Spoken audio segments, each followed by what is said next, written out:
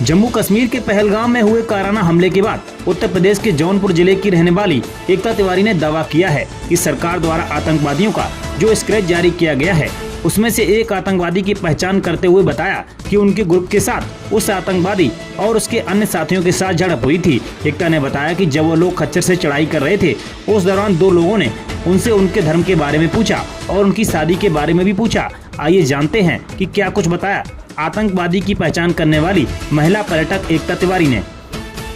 क्या नाम है आपका? एकता तिवारी। एकता जी, आपने दावा किया है कि जो पहलगाम में घटना हुई है उसमें जो स्केच जारी किया है गवर्नमेंट की तरफ से आतंकवादियों का, उसमें तो आपने पहचाना हो और जी, मैं दो लोगों को उसमें से पहचाना। आपके साथ भी एक दिन पूर्व घटना होने से बची है या उनसे झड़प हुई है? पूरी बात बताइए, कल कितने लोगों का आपका ग्रुप गया था और कब ये घटना हुई? सर, हम लोगों का 20 लोगों का ग्रुप गया था और हम लोग 20 अप्रैल को पहलगाम पहुंचे थे और उस दिन भी मेरे को थोड़ी सी शक हुआ था, तो हम लोग वैसरण जगह जहाँ पे ये हमला हुआ है वहां से 500 मीटर पहले उतर के आ गए थे, क्योंकि उन लोगों के मेरे को इरादे जो थे ठीक नहीं लग रहे थे। हम लोगों को फोर्सली बोला जा रहा था कुरान पढ़ा करो। आपको सीधे बताती हूँ, हम लोग यहाँ से गए थे। हम लोग यहाँ से जाने के बाद पहलगाम सबसे पहले श्रीनगर गए। श्रीनगर 16 अप्रैल को पहुंचे हैं। 2 दिन हम वहाँ पे विजिट किए हैं। उसके बाद सोनमार्ग गए। सोनमार्ग के बाद हम लोग पहलगाम गए। पहलगाम में जाने के बाद नीचे हम लोगों ने पूछा कि कहाँ पे यहाँ पे क्या क्या घूमने को जगह है, तो वो बोले कि बैसराना जाइए सबसे ऊपर टॉप में। तो हम लोगों ने खच्चर किए। वहां से खच्चर ही एक रास्ता था पहाड़ियों के बीच में होके, एक साइड खाई रहती है, एक साइड में जंगल रहता है। उसमें से हम लोग गए वहां पे खच्चर पे बैठ के, तो 2 लोग जो है बीच में हम लोगों को मिले थे। वो हम लोगों से ऐसे ही बात कर रहे थे, तो हम लोगों को लगा शायद उनके हेल्पर हैं। और फिर हम लोगों से बोले, मेरे से बोले, क्योंकि मैं सबसे ज्यादा चिल्ला रही थी, मेरे से बोलते हैं कि आप का कहाँ से हो। मैंने कहा मैं राजस्थान से हूँ, लेकिन जो बनारस से आ रही हूँ मैं, बाबा काशी की नगरी से।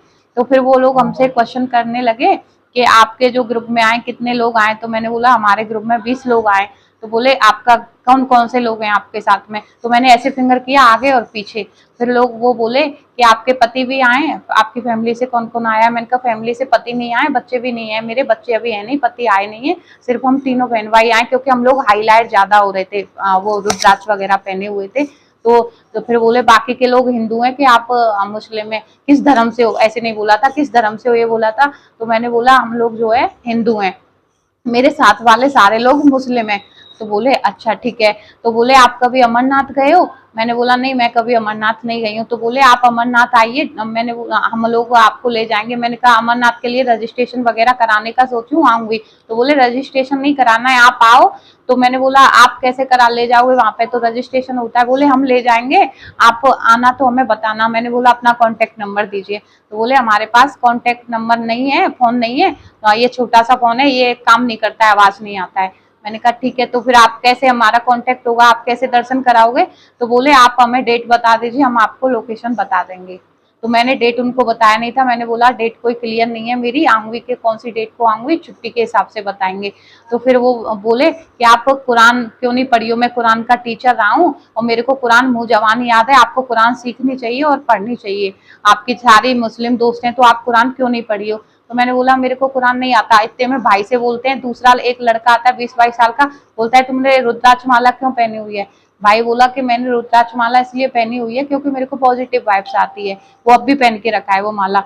तो बोले कि क्या पॉजिटिव वाइब्स आती है। बोला मेरे को पावर महसूस होती है, मेरे पावर फील होती है। तो उसकी कल ये पकड़ के बोलते हैं आओ यहाँ पे बात करनी है, कितनी पावर फील होती है।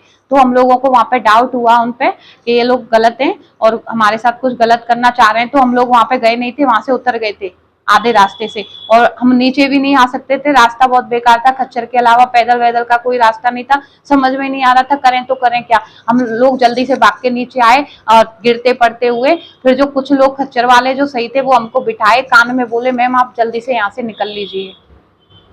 आपको कब शक हुआ कि ये गलत लोग हैं या आतंकवादी लोग हैं? सर वो फोन से वो कुछ बात कर रहे थे कि ब्रेक फेल नहीं हो पाया है, plan B, plan A success नहीं, प्लान बी। तो प्लान बी पे फिर मैं उनको ऐसे करके देखी, तो मेरे से ऐसे करके ऐसे साइड से जाके फिर बोलते हैं 35 बंदूकें भेज दिया हूँ मैं। और एक लड़का गया है घाटी कोई जगह ले रहे थे, घाटी में रखा है। जी सर, वो लड़का जो आदमी, लड़का नहीं आदमी जो बात कर रहा था 35 बंदूकों की, उसका मेरे पास फोटो है। क्योंकि हम लोग थोड़ा फोटो ले लिए थे, हमें लगा था थोड़ा शक हुआ था उस पर। तो जो स्क्रैच जारी हुआ तो कैसे आपको लगा स्क्रैच देखी कैसे आप पहचान पाए उस चीज को? सर कल हमने स्केच जब मैंने देखा तो हमें तुरंत हम उसको पहचान लिए थे, क्योंकि हमारी उससे बातचीत हुई थी, हमारे साथ कम से कम वो 30 से 35 मिनट था। वहाँ पे कोई भी सर सिक्योरिटी नहीं थी, अगर सिक्योरिटी होती तो हमारे साथ ये न तो बदसलूकी होती, मेरे यहाँ पे थप्पड़ मारा गया था, मेरे भाइयों की कॉलर पकड़ के खींचा गया था, ये सब कुछ नहीं होता हमारे साथ में। क्यों किया गया था आपके साथ बदसलूकी? क्योंकि सर हम लोग ऊपर नहीं जा रहे थे, वो लोग चाह रहे थे कि हम ऊपर जाएं, हम ऊपर नहीं जा रहे थे। तो इस घटना की जानकारी आपने किस किस को दी थी? सर मैंने सबसे पहले इस घटना की जानकारी 1076 फोन था एक, उस पर कॉल किया था, मैंने गूगल सर्च किया था, उस पर 1076 आया था कि इस पे आप कांटेक्ट करो।